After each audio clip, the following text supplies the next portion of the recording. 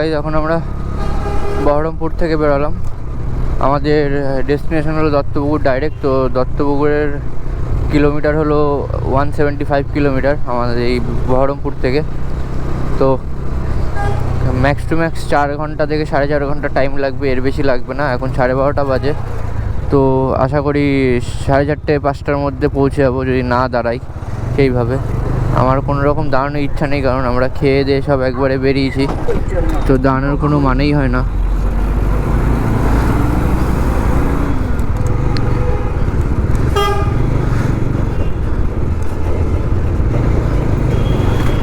তো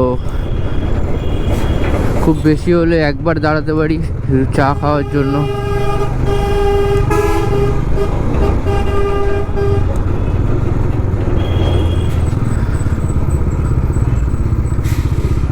কালকে রাতে এত পরিমাণে বৃষ্টি হয়েছে, আর তার উপর আমাদের সাথে যেই ভার্সন 3টা ছিল, সেই ভার্সন 3টার বারবার ফিউজ উড়ে যাচ্ছিলো। কোনো হয়তো ফিউজে কোনো ডিস্টার্ব হচ্ছিলো বা লুজ কানেকশান হচ্ছিলো ফগ লাইটটায়, যত সম্ভব আমার মনে হচ্ছে। ওই কারণে বারবার ফিউজ উড়ে যাচ্ছিলো আর গাড়ি টোটালি অফ হয়ে যাচ্ছিলো। তো একবার প্রথমবারে যখন অফ হয়েছে তখন আমার ক্যামেরা ব্যাগের ভিতর ছিল বলে ভিডিও করতে পারিনি। তো টোটালি গাড়ির মিটার দেখা যাচ্ছে না, না কোনো ইগনিশন, কিচ্ছু না। টোটালি মনে হচ্ছে গাড়ি সিজ যেরকম হয়ে যায় সেরকম হয়ে গেছে। তো তারপর আমি মাথায় বুদ্ধি আসলো যে একবার ফিউজটা খুলে চেঞ্জ করে দিই, হয়তো ফিউজ পুড়ে যেতে পারে বা কেটে যেতে পারে। তো একবার ফিউজটা খুলে চেঞ্জ করে দিয়েছিলাম। তো তারপর ঠিকঠাক হয়ে গেছিলো, গাড়ি অন হয়ে গেছিলো। তো তারপর আবার 2-2.5 ঘন্টা গাড়ি চালানোর পর আবার সেম, আবার ফিউজ পুরো উড়ে যায়। তখন 15 নম্বর যে ফিউজ দুটো আছে সেই দুটোই কেটে গেছিলো। তো তারের যে ভিতরে যে তামাটা থাকে সেটা বার করে সে তার দিয়ে অ্যাটাচ করে আবার লাগালাম। তারপর গাড়ির লাইনটা আসলো। তো আসার পর তারপর অনেকটাই রাত হয়ে গেছিলো, আর তার পরপরই প্রচণ্ড পরিমাণে বৃষ্টি নেমেছিলো, প্রচণ্ড পরিমাণে। যেরকম হাওয়া সেরকম বৃষ্টি আর সেরকম বিদ্যুৎ চমকানো। তো সেই কারণে আমরা বহরমপুরে দাঁড়িয়ে গেছি। আর এখন প্রায় 12:30 বাজে। হ্যাঁ, 12:30 বাজে। সকালবেলায় 10:30-11টায় উঠেছি ঘুম থেকে, উঠে ফ্রেশ হয়ে খেয়ে দিয়ে 12:30টায় বেরোলাম। তো আশা করি আর বেশিক্ষণ লাগবে না, 4-5 ঘন্টা লাগবে, এর বেশি লাগবে না। তো এখন আমরা বহরমপুর টোল ক্রস করব, সামনেই টোল। তো কলকাতার 191 কিলোমিটার দেখাচ্ছে, কিন্তু আমাদের তো দেখিয়েছিল 175 কিলোমিটার ম্যাপে। জানি না কেন বোর্ডে বেশি দেখাচ্ছে না ম্যাপে কম দেখাচ্ছে, জিনিসটা বুঝতে পারলাম না।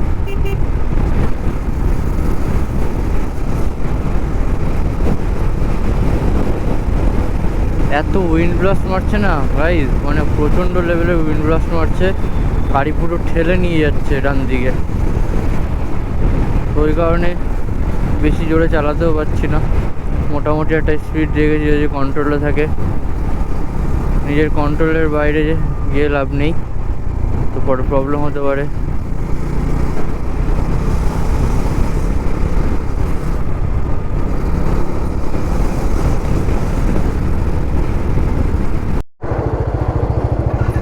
তো আমরা একটু কৃষ্ণনগর আগে দাঁড়িয়েছিলাম, আর দাঁড়াবো না, এবার সোজা বাড়ি। একবার দাঁড়ানোর কথা ছিল, একবার দাঁড়ানো হয়ে গেছে, তো আর দাঁড়াবো না, এবার সোজা বাড়ি। এখান থেকে 135 কিলোমিটার। তো টানা গেলে আর 2-2.5 ঘন্টা লাগবে যেতে। 2-2.5 ঘন্টার মধ্যে বাড়ি পৌঁছে যাবো আশা করি।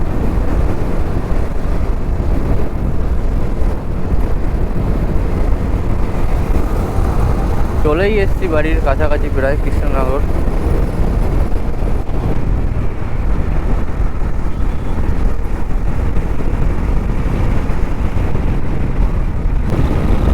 তো আমাদের আজকে মানে এইবারের ট্রিপে একটা অসাধারণ ট্রিপ হয়ে গেল, বলতে পারো ইন্টারন্যাশনাল ট্রিপ হয়ে গেল। যেখানে নেপাল যাওয়ার কোনো রকম কোনো কথাই ছিল না, সেখানে আমরা নেপালে চলে গেলাম। তো প্ল্যানিং করে সব কিছু হয় না, প্ল্যানিং ছাড়া অনেক ভালো ভালো জিনিস হয়ে যায়।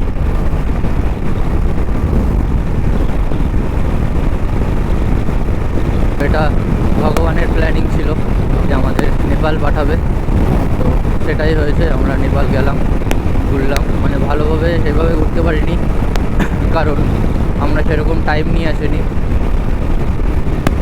তো পরের ট্রিপটা 100-200% শিওর নেপালই হবে।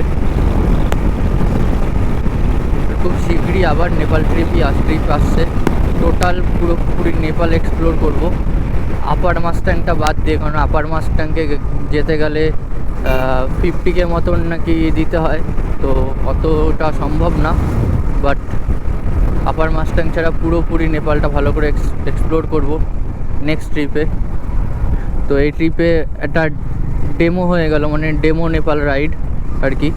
তো কোথার থেকে কেমন কি করতে হয়, কোথার থেকে পেপার ওয়ার্ক করতে হয়, তারপরে রোড পারমিট দেয়, সব টুকটাক সবই জেনে এসেছি।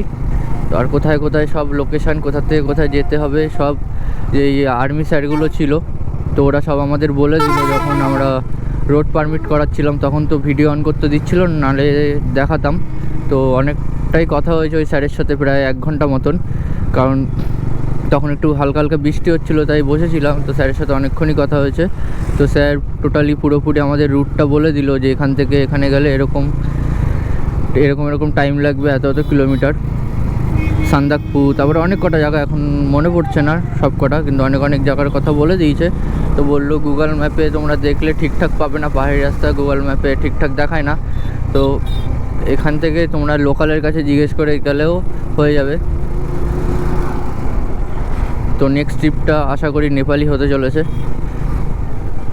তো এখন কৃষ্ণনগরে ঢোকার দিকে প্রচণ্ড জ্যাম, তো জ্যামটা ক্রস করে তারপর ভিডিওটা অন করছি আবার। তো আমরা এখন টোল ক্রস করছি, টোল ক্রস করেই মেবি কল্যাণী এক্সপ্রেসও এটা ধরবো। এটা এই টোলটা কি নাম কি, হয়তো কৃষ্ণনগর বহরমপুর টোল সম্ভবত।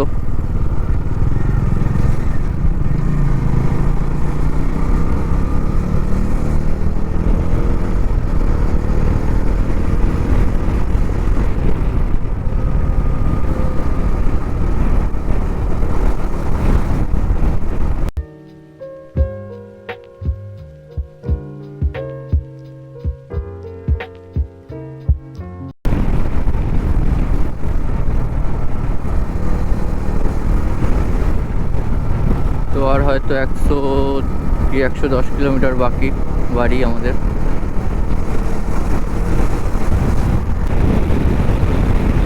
দেখতে দেখতে 5টা দিন কেটে গেল, বোঝাই গেল না। তো এটাই হয়, ঘোরার আগের এক্সাইটমেন্টটা আলাদাই হয়, কিন্তু যেই ট্রিপটা শুরু হয় সেই শেষ হয়ে যায় খুব তাড়াতাড়ি।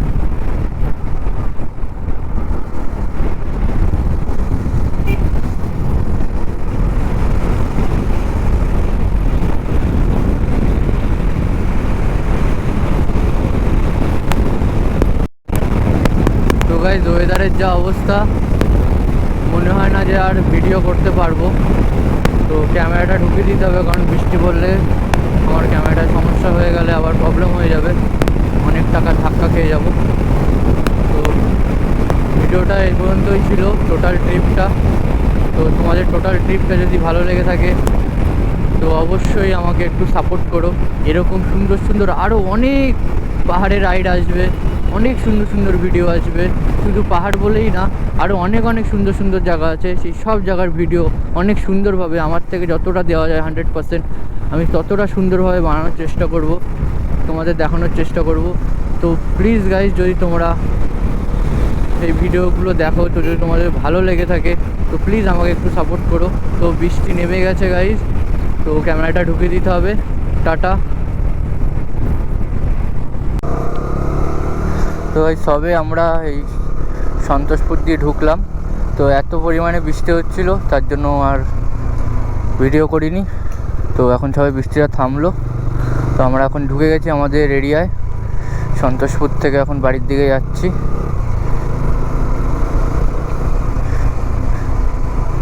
মনসুন রাইডে গেছি, সত্যিকারেরই মনসুন রাইড হয়েছে। এত বৃষ্টি মানে আসার পথে বৃষ্টি, কালকের থেকে বৃষ্টি, কালকে রাতে ওরকম, কালকে তো মানে খুব ভয়াবহ বৃষ্টি হয়েছে, খুব ভয়াবহ, মানে যেরকম হাওয়া সেরকম বৃষ্টি, আর সেরকম মেঘ ডাকছে, সেরকম বিদ্যুৎ চমকাচ্ছে। আজকে রাতে ওইভাবে ঢুকেছি, সকালবেলায় বেরোলাম, সকালবেলায় কিছুটা আসলাম, কৃষ্ণনগর আসার আগের থেকে এই বৃষ্টি যে শুরু হলো সে আর থামার নাম নেই। পুরো সন্তোষপুর অব্দি আসলাম, তারপর বৃষ্টি থামলো। তো এখন আমরা চলে এসেছি আমাদের বাড়ি। আর 2 কিলোমিটার কি 3 কিলোমিটার হবে, খুব বেশি হলে 4 কিলোমিটার, এর দিয়ে বেশি হবে না। তো সন্তোষপুরের অবস্থাও তো খারাপ, অনেক দিন আসেনি এই সাইডে, মানে 5 দিন, বেশি দিন না।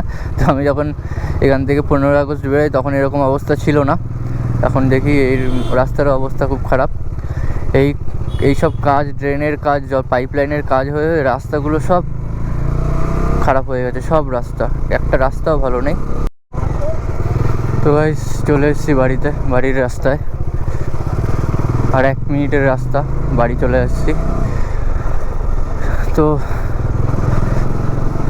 টোটাল রাইডটা আমার সিকিম গিয়েও এত মজা আসেনি, এইবার যা মজা আসলো। কারণ এইবারের ওয়েদার যা দেখতে চেয়েছিলাম, স্নোক্যাপ মাউন্ট আমি দেখতে চাইনি, তো মনসুনে যা জিনিস দেখতে চেয়েছিলাম সব কিছু দেখতে পেরেছি। সাথে সেফলি যেতে পেরেছি, সেফলি আসতে পেরেছি। যা প্রবলেম হয়েছে টুকটাক সেগুলো সব নিজে সলভ করে নিতে পেরেছি। তো আমার কাছে এটাই অনেক যে আমি দত্তপুকুর থেকে নেপাল গিয়ে আবার ওখান থেকে সেফলি বাড়ি ফিরে এসেছি সব ঘুরে। তো ভিডিওটা এই অবধিই ছিল গাইস, আশা করি তোমাদের সবার ভালো লাগবে এই Duttapukur to Darjeeling, Darjeeling to Nepal, Nepal to Duttapukur, এই টোটাল সিরিজটা যদি তোমার ভালো লেগে থাকে তো অবশ্যই আমাকে সাপোর্ট করো। সবে বাইরে ঢুকলাম,